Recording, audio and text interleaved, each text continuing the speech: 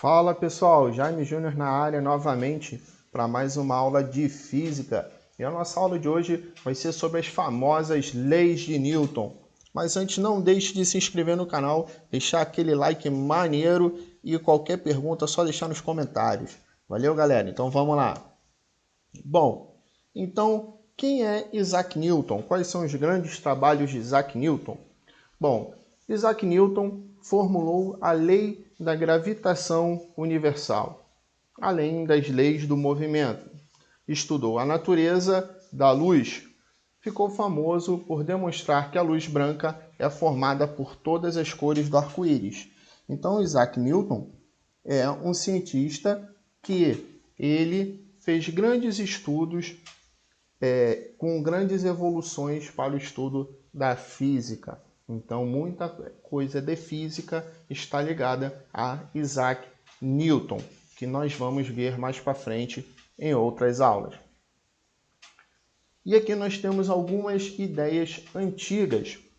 Então, temos a ideia de Aristóteles, movimento natural e movimento violento. Então, Aristóteles acreditava que alguns objetos tinham um movimento natural e outros objetos tinham um movimento violento. Copérnico e o movimento da Terra. Galileu e a torre inclinada. Descartes e a quantidade de movimento. Conceito de massa. Massa é a quantidade de matéria presente em um corpo. E a unidade do SI, quilograma, que vai ser a unidade de massa. Então, a massa, que é a quantidade de matéria que está presente em um corpo. Ao contrário do que muita gente pensa, que a massa é o peso de um corpo. E nós vamos ver mais para frente que o peso, na verdade, é um tipo de força.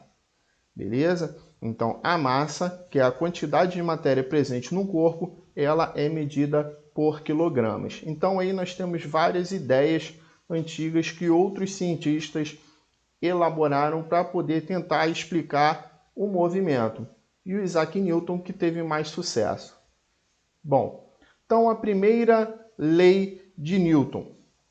Então, Galileu demonstrou que existe movimento na ausência de forças. Então, a primeira lei de Newton ela é conhecida como a lei da inércia. O que quer dizer isso? Significa basicamente que, o que diz a primeira lei de Newton? Todo objeto permanece em seu estado de repouso ou de movimento uniforme numa linha reta, a menos que seja obrigado a mudar aquele estado por forças imprimidas sobre ele.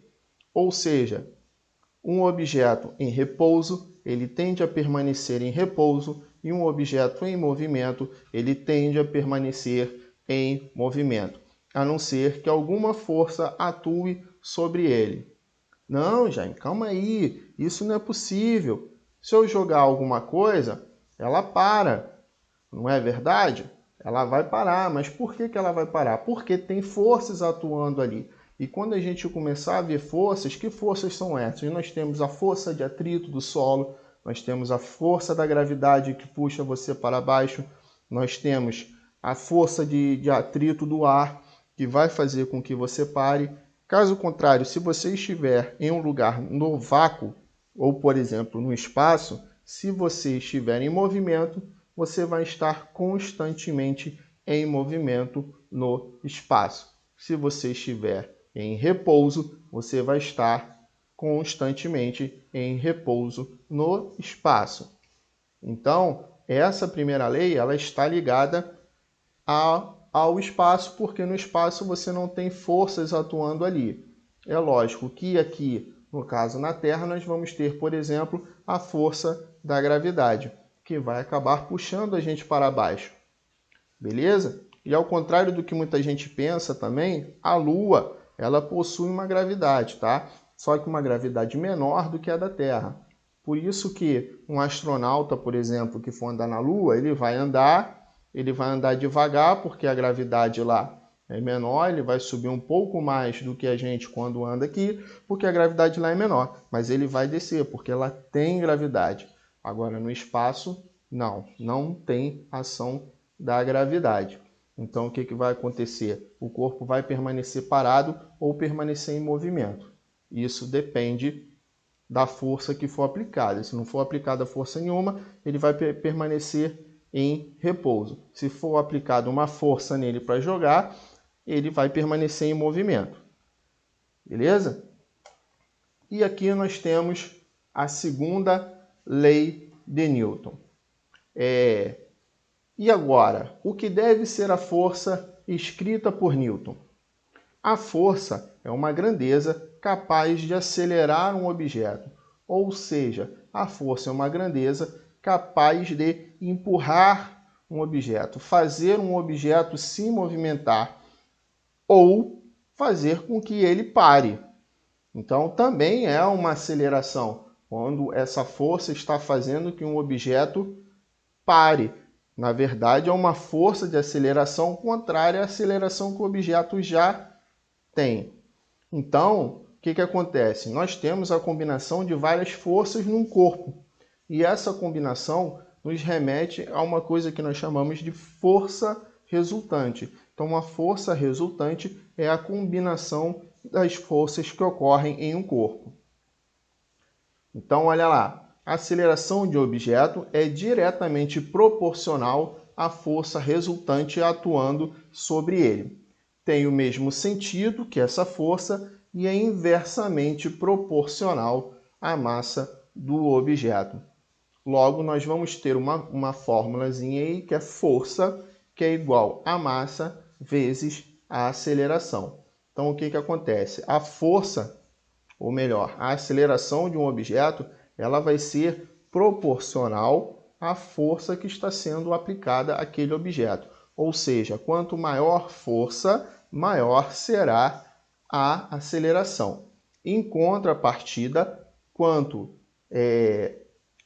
menor for a massa, menor vai ser a força. Beleza? Então aqui nós temos dois exemplos aqui de dois tipos de força, onde a gente ainda não está usando aquela fórmula. Nesses dois exemplos aqui de força resultante, o que acontece? Nós temos que identificar três coisas. O que é direção, o que é sentido e a intensidade. Direção é horizontal, vertical ou diagonal. Sentido é da esquerda para a direita ou de cima para baixo. Então, é esse tipo de coisa que nós temos que diferenciar. O que é direção e o que é sentido. Então, por exemplo, no primeiro exemplo, nós temos duas forças sendo aplicadas na direção horizontal, ou seja, na mesma direção, e em sentidos iguais. As duas estão sendo aplicadas da esquerda para a direita. E a intensidade? A intensidade é justamente a intensidade da força que está sendo aplicada. Então, nós temos duas intensidades. Nós temos a força 1, que equivale a 80 newtons. Força, a unidade de medida de força é newton. Então, temos a força 1 da esquerda para a direita, que é 80 newtons, e temos a força 2 de 100 newtons, também da esquerda para a direita. Então, nesse primeiro exemplo, nós temos duas forças no mesmo sentido. Logo, quando nós temos duas forças no mesmo sentido, para a gente ter o resultado dessa força resultante, é só a gente somar 80 mais 100. Então, a força resultante desses dois homens puxando o barco vai ser de 180 newtons. Já no segundo exemplo, nós temos duas forças sendo aplicadas na mesma direção horizontal. As duas estão na mesma direção horizontal, porém, elas estão em sentidos opostos. Um está puxando para a esquerda e outro está puxando para a direita. E o que acontece? O que a gente faz quando acontece isso? Quando nós temos um puxando para a esquerda e outro puxando para a direita, como que nós vamos saber a força resultante? É só subtrair um pelo outro. Então, nós temos um homem puxando para a direita com a força de 100 newtons e um homem puxando para a esquerda com uma força de 80 newtons. Logo, subtraindo, a força resultante vai ser de 20 newtons. Para que lado? Para a direita. Logo, a corda, no caso, vai se mover para a direita. com a força de 20 newtons, que no caso é a intensidade aqui no exemplo. Então perceba que na primeira imagem os garotos aplicam forças na mesma direção e no mesmo sentido. Neste caso, os dois se ajudam e o saldo da força aumenta. Então, os dois se ajudando, eles vão ter uma quantidade de força maior empurrando ali. Mas, na segunda imagem, os garotos brincam de cabo de guerra, ou seja, aplicam força na mesma direção e sentidos diferentes. Agora os dois se atrapalham, um atrapalha o outro.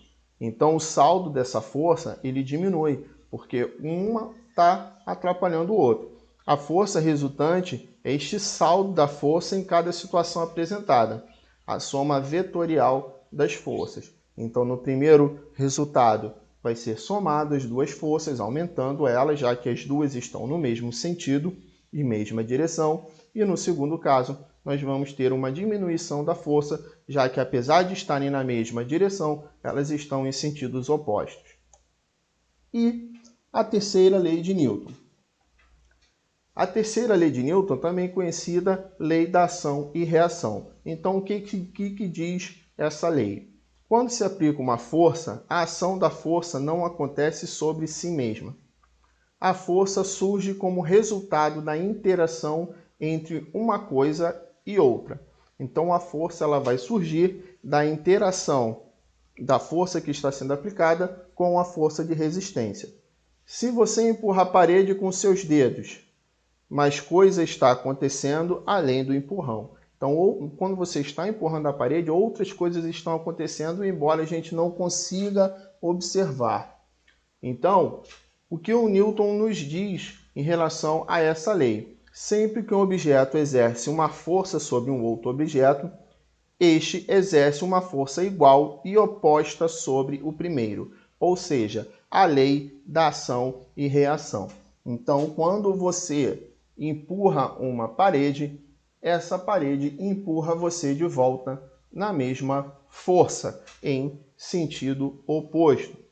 E é isso que vai fazer com que muitas coisas aconteçam. Até o nosso próprio caminhar está ligado à terceira lei de Newton. Quando a gente anda, nós temos a impressão que nós estamos... que a movimentação das nossas pernas. O que acontece é que, na verdade, a movimentação dos nossos pés, nós estamos empregando uma força sobre o solo. Nosso pé está empregando uma força sobre o solo. E esse solo ele vai empregar uma força no pé, que resulta empurrando o nosso pé de volta. Se não houvesse essa ação e reação, a gente não conseguiria andar. Porque, na verdade, o que faz a gente andar é essa força que o solo vai empregar nos nossos pés, fazendo com que o nosso pé levante e ande para frente. Então, isso é a lei da ação e reação. Então, toda ação ela vai ter uma reação de força igual em sentido oposto. Então, é por isso que quando a gente, por exemplo, dá um soco na parede, nós vamos sentir a nossa mão doer. Porque quando a gente bate na parede, essa parede está batendo na nossa mão com a mesma força em sentido inverso. Então, é o que nós temos aí. Temos aí o exemplo do carro. O pneu empurra a estrada. A reação é que a estrada empurra o pneu. E assim sucessivamente o carro vai andar. O foguete. O foguete empurra o gás que vai jogar para trás, né? E a reação do gás é empurrar o foguete para frente. Então o foguete consegue ir porque ele vai ter a resistência lá atrás empurrando ele para frente. Um homem que puxa a mola. A reação é que a mola puxa o homem. Então nós temos aí a ação e a reação.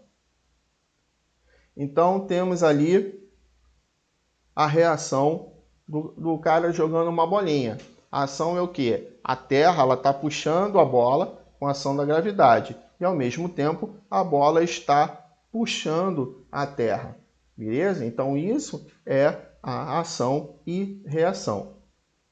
Então, um resumo das 3 leis do movimento, ou seja, as 3 leis de Newton. Primeira lei, lei da inércia.